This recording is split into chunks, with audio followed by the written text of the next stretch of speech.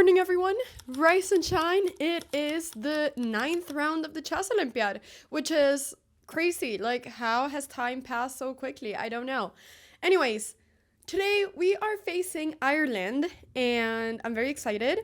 I'm playing on board number 2 because Ina Agrest, who's our board 2 typically, she's taking a rest day today. So I am hopping in, and I'm having the white pieces against the 1900.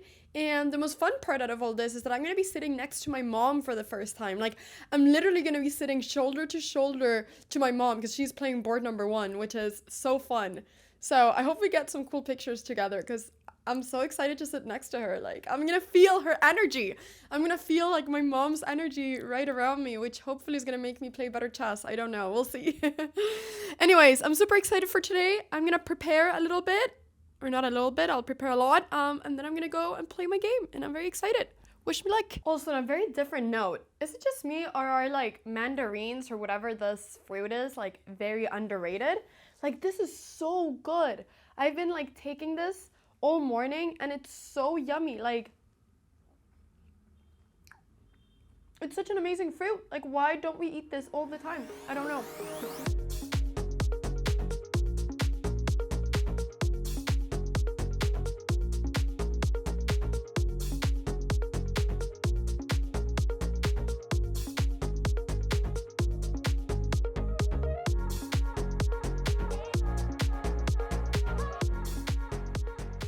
So we just finished our game, and today we were facing Ireland, and today I have a very special guest doing the recap with me, and that is my mom. Hello, Mom. Hi. Hi. Thank you for joining me on the recap. You've kind of been asking Anna, what is it that you do in your room every day after the rounds? Well, now you know. I go through my game. Yeah, and that's actually what we always should do. We should always go through our game afterwards. It is a very healthy thing to do. Now, if you don't know, my mom, she's a grandmaster, does Grandmaster Pia Cramling. She's playing board 1 of Team Sweden. So we're playing on the same team in the Olympiad, which is so fun to be both mom and daughter on the same team. Now, today, because our board 2 rested, I was actually playing on board 2. So I was playing right next to my mom. Like, it was so fun. We can insert a picture here somewhere. But we were literally shoulder to shoulder together. Did you enjoy playing next to me? Yeah, of course. Of course. Also, I enjoyed very much watching your game. I didn't see so much because this is typical me. I'm very focused on my game, but I saw some parts and I liked it every time. Okay, well, this is going to be my mom reacting to my Olympiad chess game because she hasn't seen the whole game. And actually, on the way back, I wanted to show it to her, and then I was like, wait a second. Let's keep this for the video, and then I can see your reaction. So, let's get started. I had the white pieces, and I was playing Alice O'Gorman, who's 1996 in rating, and yeah, I had the white pieces. So D4, D5, C4, E6, Knight C3, and she played this move A6. Yeah, A6 has become very popular lately. It's a little bit like forcing white to make a decision, because black is, if white play out with a knight, black will probably just take on c4 and try to stick with the pawn. So this is the plan with black, to take the pawn on c4 and then to stay with the pawn. And that little bit restrict white here now of the choices you can do in this position. Yeah, so I took, she took, and I had looked at this a little bit before the game. I wasn't fully expecting her to play this, but she did play it in the Olympiad 1 game. So I thought maybe she will do it. And here I played knight f3. I thought she was going to go knight f6, and then I was just thinking of playing bishop g5. And playing this position? Yeah, exactly. And then you will have, because we have a Queen's Gambit exchange variation, but black has wasted a tempo with a6. But at the same time, white hasn't gone out with the knight and g8. So black is quite flexible here also. But she played c6, and now I thought, okay, I wasn't sure if e4 was good. And then I thought, okay, maybe I should go bishop f4, but I wanted to place my bishop on g5. So I didn't really want to do it, and I didn't want to go bishop g5 now, because that felt wrong. I thought maybe she can go bishop e7 or something. Yeah, you can play, she will go bishop e7, you take e3. Yeah, it will be some exchanges, and her knight is not bad on e7 either, yeah. Yeah, so I just played here queen c2. Yeah, that was very... She looked shocked when I did this. She was like, what is this move? It felt like. Yeah. But this is a very common move in the Queen's Gambit exchange variation. Actually, not exactly this position, but very similar. I had a position like this in the Olympiad, and my opponent also played queen c7 very too early, because this is what the queen belonged to. The queen belonged to on this diagonal, looking at the king's side, looking at f5, trying to avoid that black gets out with the bishop. Yeah, I didn't want her to go bishop f5, so that was one of the ideas with this. So she played bishop d6, and now I played bishop g5. Because now I thought, okay, if knight f6, I have gotten what I want. Yeah, exactly. And if she can't really go something like queen b6, because then I'm just going to show it. I have this really nice trick, knight takes pawn. Yeah, of course. Because if it takes, the bishop is hanging. Yeah, of course not. So she can't move the queen. Yeah, and the queen is not well placed on c7 either. So she needs to go. Knight e7 is a very logical move to play here now. So she played knight e7, and it also makes sense because I think she wants to play bishop f5. So I played e3, and I was actually she played h6 first to get my bishop back. And now she played bishop f5, which I thought that she would almost have to, because otherwise if she castles, I'll just go bishop d3 and I'll be very happy. And her pieces will be a little bit strange, I feel like. Yeah, bishop f5 is very logical for her to play, because with a knight on e7, this is what she has been planning. Because my plan is to play e4 at some point, so she kind of, now that the knight is not on f6 controlling this square, I feel like she needs to take control of it. And this was the moment, Mom, where I was thinking for a little bit, and I was like, okay, I really feel like the best move is just to take, because then I'll get rid of her light squared bishop, I'll get a fantastic bishop on this diagonal, I'll get an endgame, and I felt kind of comfortable playing an endgame where I'm slightly better against her. I was very happy to see when you went for the endgame, because when black gets to play bishop f5, if you go bishop d3, we can say your bishop is the strong bishop, and her bishop on f5 is a weaker one, because we see all the pawns for black in the center, d5 and c6 are on white square. So this is the bishop black want to exchange, and this is the bishop you don't want allow black to change, exactly. actually. Exactly. So I took. She took, I took, and then I went bishop d3. Because now the only thing she can do is to go back. She can't play g6, because then it's a disaster with the pawn structure. Yeah, you just take on f5. No, knight e7 is 4. And this was the position I saw. I remember I saw it. And I thought it was just, it's nice to play an endgame. Actually, because also I enjoy very much playing endgame. I love endgames. I've come to a conclusion this tournament. I love endgames. Like, give me possessional chess and I'll have a good time. I don't want crazy tactics. I felt really happy here. And so here, I was thinking that my plan was to go e4. That was, to me, pretty clear that I wanted to play against this king. So I thought, okay, I don't want to play e4 now because, I mean, she's going to have some checks and my king is, not so good. So I thought that I'll castle. And then when she plays knight d7, which was what I thought she was going to do, now I play the move e4.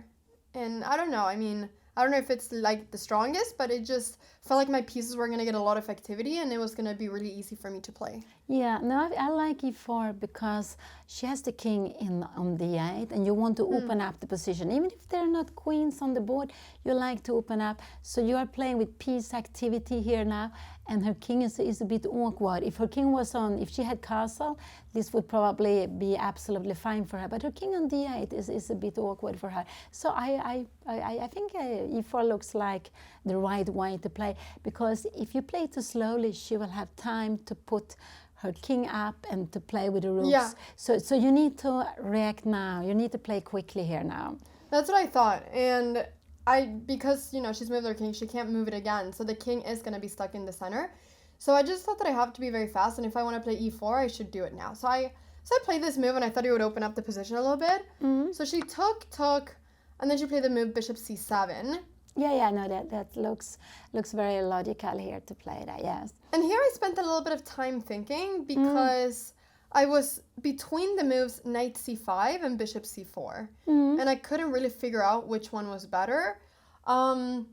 And so I ended up playing knight c5 because I didn't like the idea that after bishop c4 and knight d5, there were certain moments where the knight could go to b6 and attack the bishop. So I went knight c5 immediately because I thought that she never wants to take here, because then after d takes, I'm just going to be better.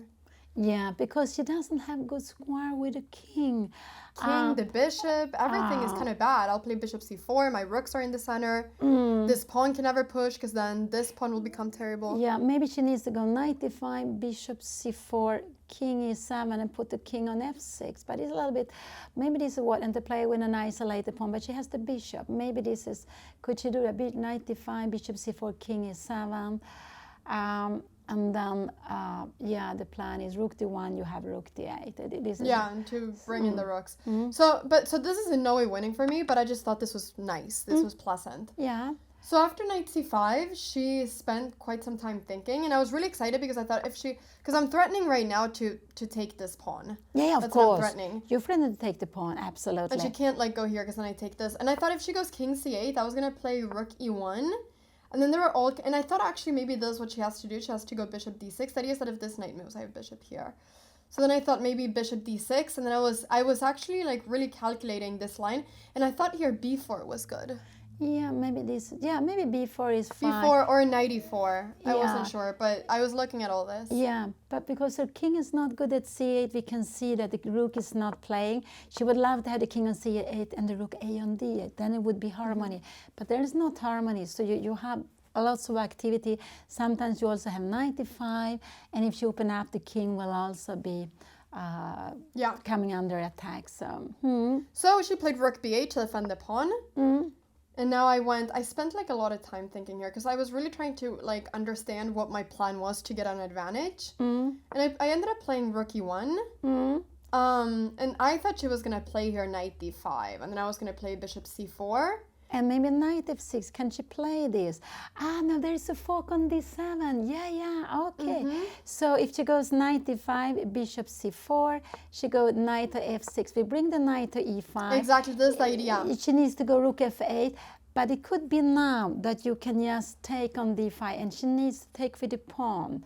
And you will play this position because her king doesn't have any good square. Exactly. Like, this is always the key idea, to place the knight on e5. Yeah. So you have you see all the... No, she cannot take on e5. This is the dream for you to play. It's nice. It's really, really nice. Yeah, so this was my idea. So after rook e1, I kind of thought, okay, what is she going to do now? And I thought, maybe she actually has to go bishop d6 or something like this. But she made the move g6, and now I felt like I just got a free move. Yeah, I think she was scared of bishop f5 and she wanted to go knight d5, but this now felt like I got a free move. Yeah, and in a position like this where you have so much piece activity, we see her king is on d8, a move, it's very, very slow. So now you get an extra move, and now I think it will be difficult for her here now. So I played bishop c4 now. Yeah, it looks very good. And now after knight d5, at first my plan was to go rook d1, but then I thought that the move that I always want to do in certain positions is g3. So I went g3 first, so to always have this move, because there were some lines where I would want to double up my rooks anyways, so then this would be a waste of tempo, I thought. And also, if you, because you see, you are playing with a white square bishop, you need to put the pawn on black square, so you have more control of the black square. And if you want to give air for the king, of course, g4 is the move.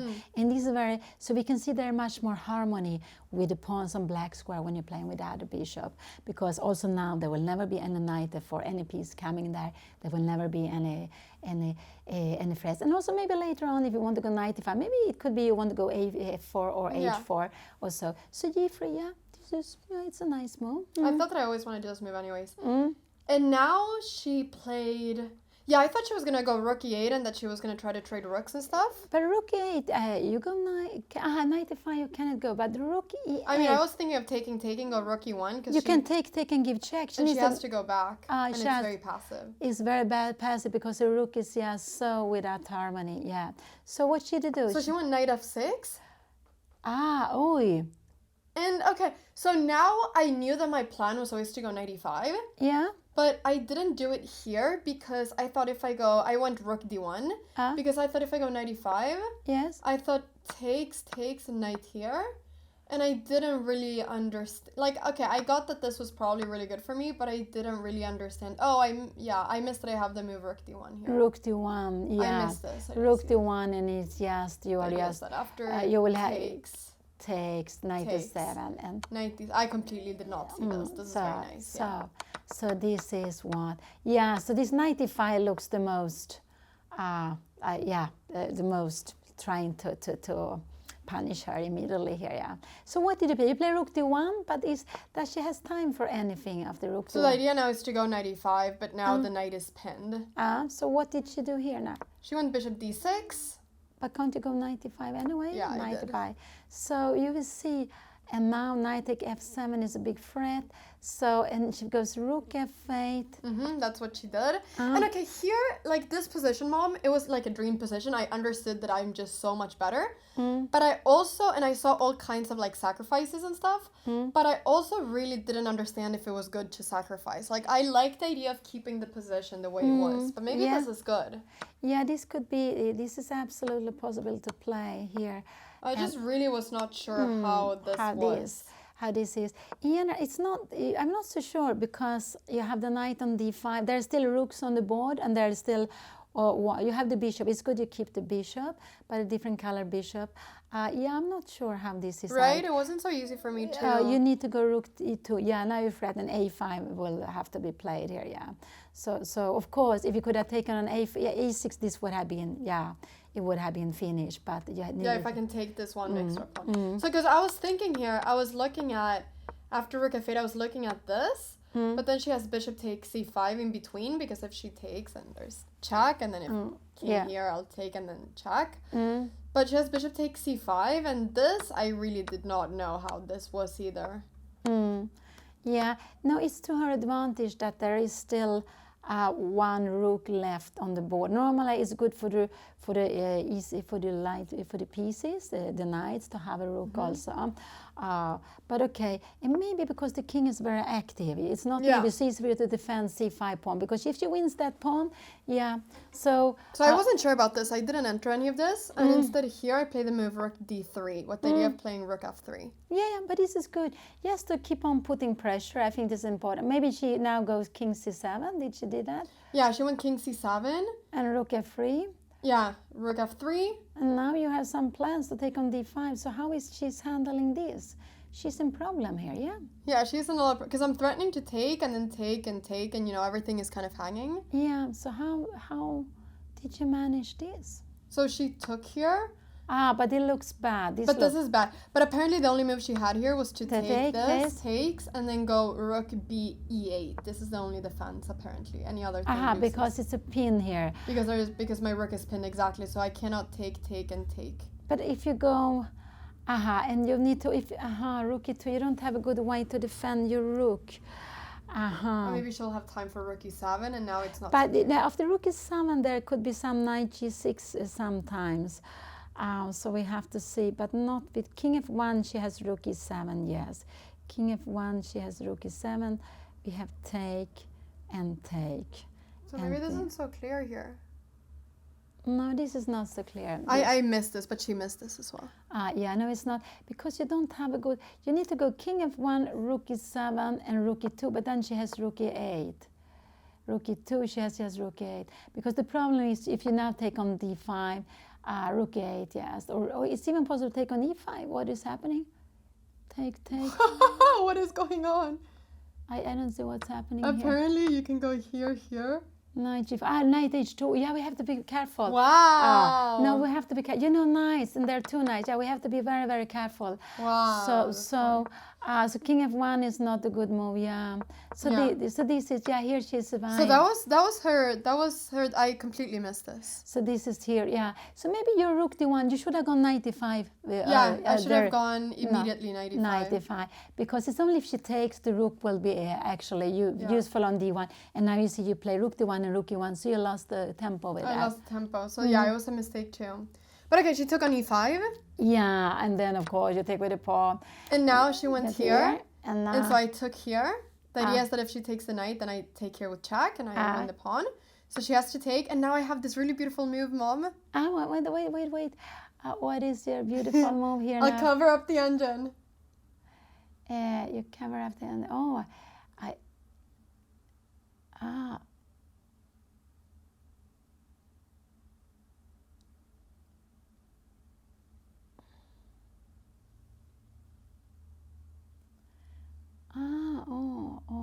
don't know. yeah, no, I don't find this on. You can go here. Yeah, this is not working. This is not. And this is nothing. Take. You come here now. No. And this is my idea when I went 95. I had seen this before. Because I thought she was going to take. Oh, so nice, Anna. You know, I don't see it. Don't tell me, but I don't see how. Spend some time thinking, Mom. It's okay. We have time. We have time. Oh. Aha. Yes, take. But no. You go king e7 in that. Mm-hmm. Take. Yeah, if I take on d7, rook f6, just king e7. So if you take first, no, then take e6, take. And here she has again king d7. No, this is not possible. So what is... yeah, no, this was difficult. And if you take rook f6, we have king e7, rook b6, rook d6. No, this is rook fd8. There's nothing here. So what did he play? I like your position very much, but I don't see. Of course, you could go some. You can go some. Move the rook, to the c line, and you will win d5 pawn. This you could do. If you go rook, you can go rook c1. Can you go rook c1? What will do after rook c1? What will you play after rook c1? You need to go. Take. No, I take c5. You take that. So you go to rook c3 instead. Is rook c3 possible to play? Can you go rook c3? What are you playing here after rook c3? You can go. Yeah, I'm not sure. Yeah, rook c3 is the move. Rook c3 just wins on the spot. Yes, win. Rook c3. Yeah, because you need to defend, of course. Rook c3, that was a good move. Yeah. She doesn't have harmony. She has missed. She should have the rook on d8 so she could go king b8, but no, doesn't have that. So rook c3, that's the move, Mom. Yeah, that was the move. Rook c3. That's a nice move. Yeah, because you need, of course. Yeah, I can't go with the other rook. Because then she just takes and my rook is hanging. Yeah, of course. So I have to take this, and now the idea is, at first I thought, maybe d4, but d4 there's just knight e6 check, and the only move here is king b6, the only legal move, and I take here, and if she takes, I'll take here with check. You take everything. Yes. So I was looking at this. So she can't do that. And I'm threatening right now to do this move. And if she goes something like king here, then I just have e6 winning the game. Yes. Because if she takes, I have e7. So everything worked, you know? Yeah. So she has to take.